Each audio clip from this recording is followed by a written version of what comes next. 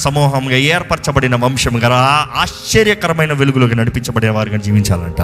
పిరికోలుగా, చేతకనోలుగా, పనికి మాలినోళ్ళుగా కాదు దేవుడు కోరేది. ఎందుకంటే ఆయన రక్తము మనకు విలువనిచ్చిందండి. ఆ రక్తము విలువనిస్తా మాత్రమే కాదు, శక్తినిస్తుంది. శక్తినిస్తా మాత్రమే కాదు కానీ అధికారాన్ని ఇస్తుంది. అధికారం కలిగిన వారు అధికారం కలిగినట్టుగా జీవించకపోతే అధికారం లేని శత్రువు సాతానుడు మీ పైన అధికారం చూపిస్తున్నారు. జాగ్రత్త. మీరు ఎవరో మీరు ఎరిగి ఉండాలి. క్రీస్తు లేని జీవితం వ్యర్థమే, క్రీస్తు లేని జీవితం చేతకాని జీవితమే. కానీ నన్ను బలపరచే క్రీస్తుని బట్టి నాకు సమస్తము సాధ్యమే.